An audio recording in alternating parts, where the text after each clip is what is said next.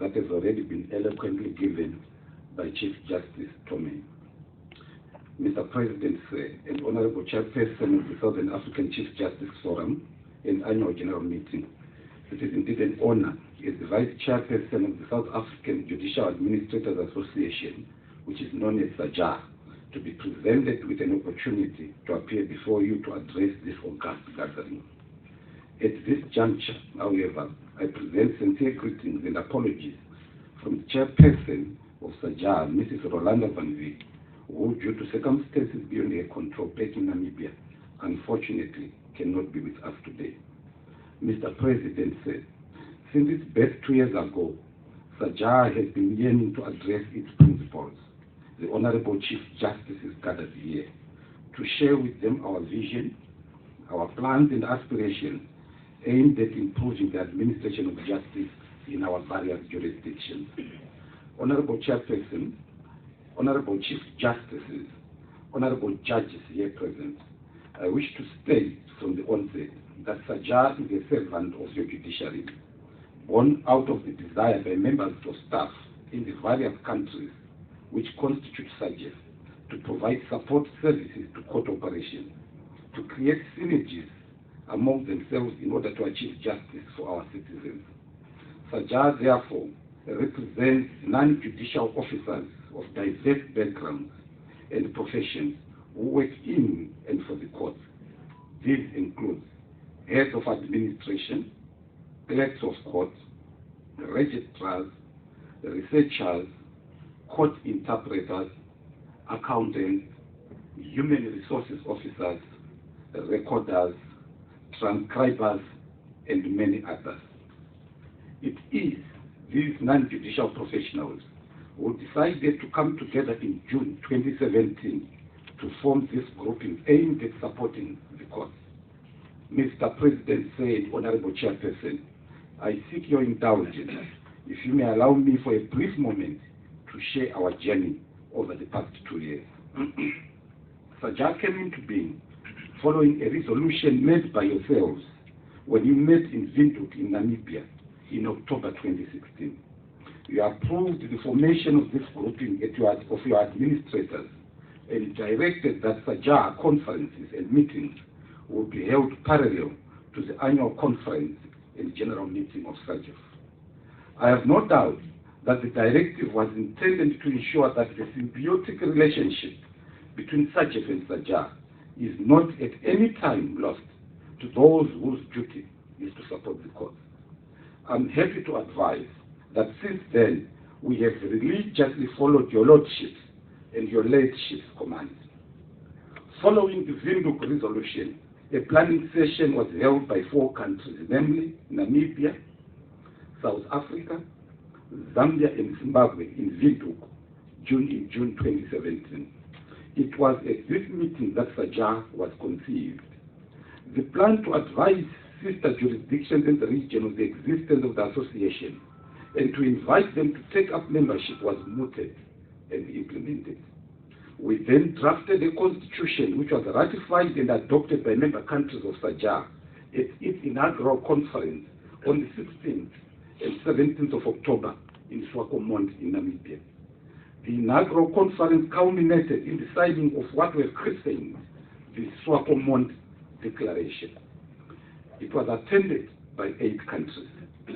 These comprised of Namibia, Malawi, Mozambique, Seychelles, Tanzania, Uganda, Zambia, and Zimbabwe, an increase of 4 from the countries which gathered at its formative meeting in Windhoek. The declaration, Mr. President and Honorable Chairperson, made 3 fundamental resolutions which I wish to share with you this morning, and these were as follows. Number 1, the appointment of an interim executive made up of the chairperson there in Namibia, the deputy chairperson there in Zimbabwe, the Secretary General of South Africa, the Treasurer Zambia. The Honorable Mr. Justice Matthew Zulu of Zambia was chosen as SAJAA's patron. Before Mr. Justice Matthew Zulu was appointed the Judge of Zambia, he was a seasoned administrator, both in the judiciary of Zambia and as the head of SAJAA Secretariat. We were of the firm view that his immense experience in administration will benefit our new outfit. Secondly, the Constitution which the members adopted laid down 6 very important and critical objectives intended to operate as the association's roadmap, and the objectives were as follows. A. Foster cooperation among members on matters of common interest. B. Promote the rule of law, democracy, the independence of the judiciary, and administration of justice. C. Assist to strengthen institutions tasked with judicial administration in member countries. D. Publish a bulletin and encourage member states to contribute to it. E.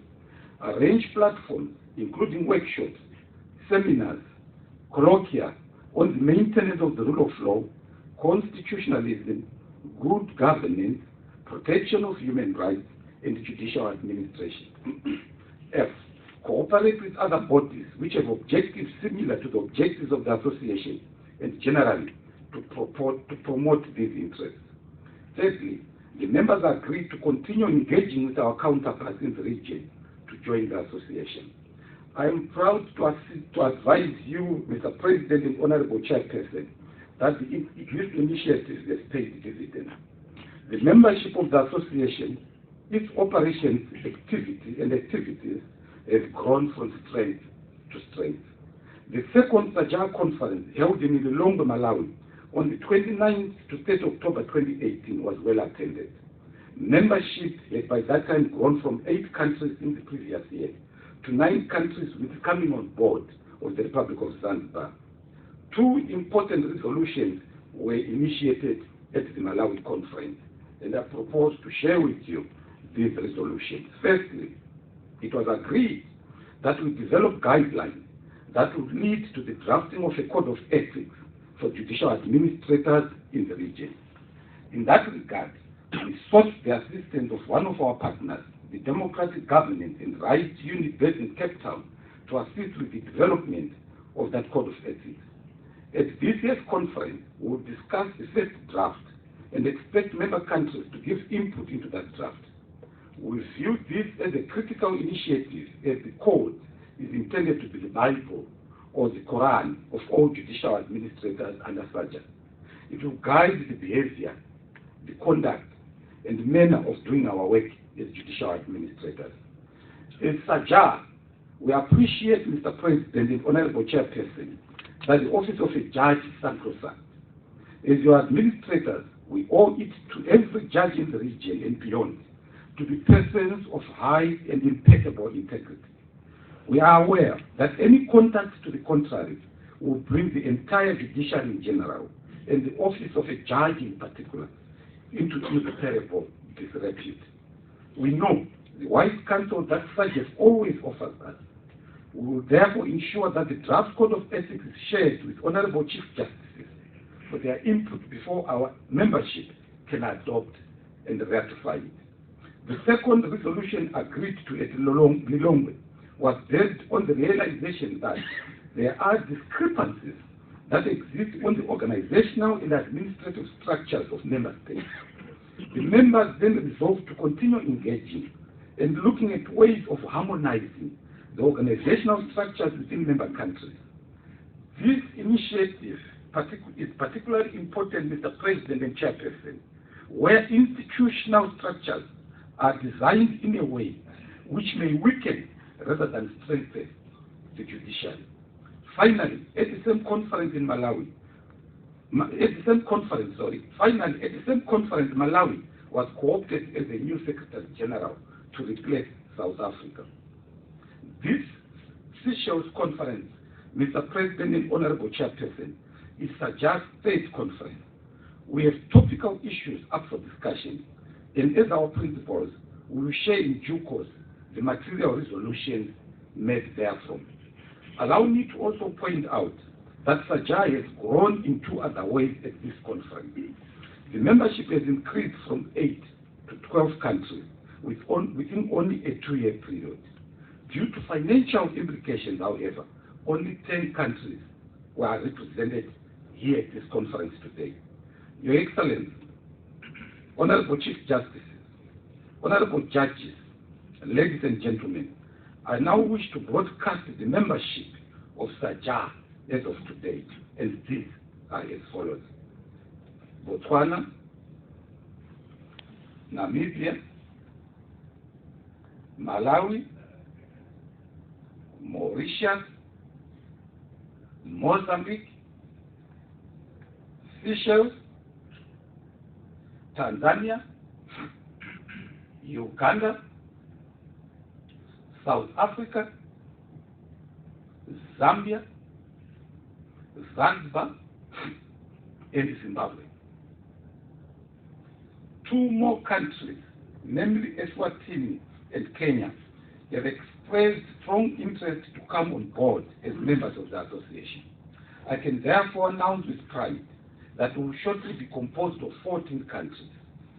This, given the short period within which it has been achieved, is phenomenal growth, indicative of the benefits that members expect to reap.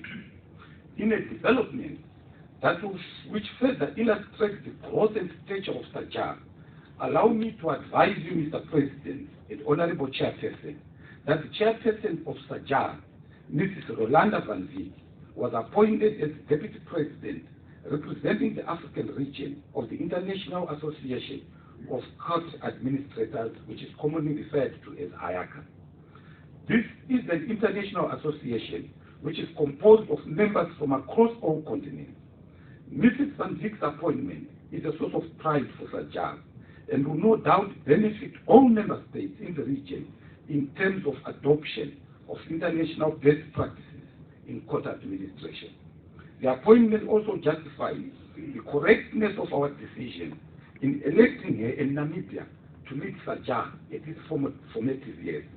It further confirms the fact that your association is now a force to reckon internationally. As we meet in Seychelles this year, we do so, Mr. President and Honorable Chairperson, with pride and optimism. We have adopted such a conference theme without fear or favor, maintaining a strong, impartial, independent, and accountable judicial close court. In line with this theme, we had 3 presentations when we met yesterday. The first presentation was by Mozambique, titled Court Fees as Means to Financial Independence. We engaged in this discussion on financial independence of the judiciary, for we realized that without financial independence, then the realization of the actual independence of the judiciary becomes a pipe dream. As judicial administrators, it is critical for us to continue interrogating ways in which we can enhance the financial independence of our respective jurisdictions. The second presentation was by Zambia, titled Getting Smart, Understanding the Benefits and Limitations of Record Transcription for Judicial Administration and Accountability. We remain cognizant of the paramount importance of reliable record keeping and court proceedings. This is one way to ensure that justice is not only done, but is seen to have been done. The principles of accountability and transparency are equally observed through this non-negotiable administrative method. The third and last presentation was by the Democratic Governance and Rights Unit, the DGRU, on capacity development for court administrators and judicial researchers. I have already advised you, Mr. President and Honorable Chairperson, that DGRU is working on the Code of Ethics for your judicial administrators. I wish to add that this is not the only initiative we are collaborating with DGRU. DGRU was the first organization to believe and have confidence in us when they agreed to partner with us in our first 2 years of existence. We are collaborating on various training initiatives that include coming up with a professional training course for judicial administrators and court researchers to enhance their skills. We take seriously the training of court researchers, for we are aware of the critical roles that the researchers play in our courts, especially to our esteemed judges.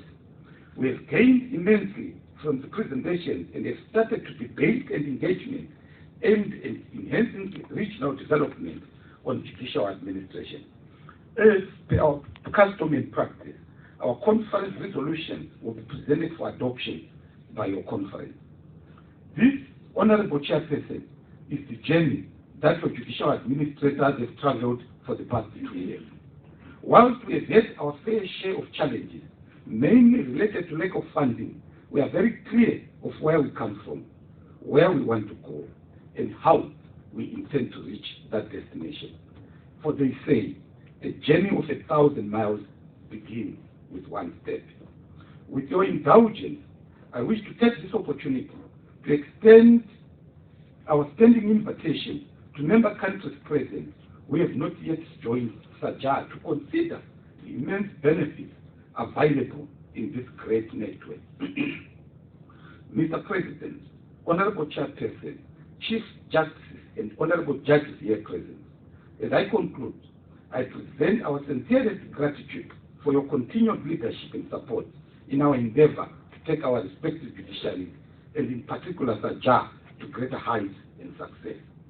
Allow me also, in the same vein, on behalf of SAJAA, to express our utmost appreciation to you personally, Honorable Chairperson, and to SAJAA Secretariat for always giving us an ear in our times of need, especially as we were preparing for this conference. Honorable Chairperson, allow me also to convey our sincerest thanks and appreciation for the warm embrace received from her leadership, Chief Justice Tommy of Seychelles, and the entire organizing committee for their gracious hospitality. We remain humbled and blessed by them. Mr. President, sir, Honorable Chairperson, Honorable Chief Justices here present, Honorable President of Courts, Honorable Judges, ladies and gentlemen, I wish to thank you most sincerely for listening to this remark this morning. The Southern African Judicial Administrators Association wishes you a successful deliberation in your conference and annual general meeting. I thank you.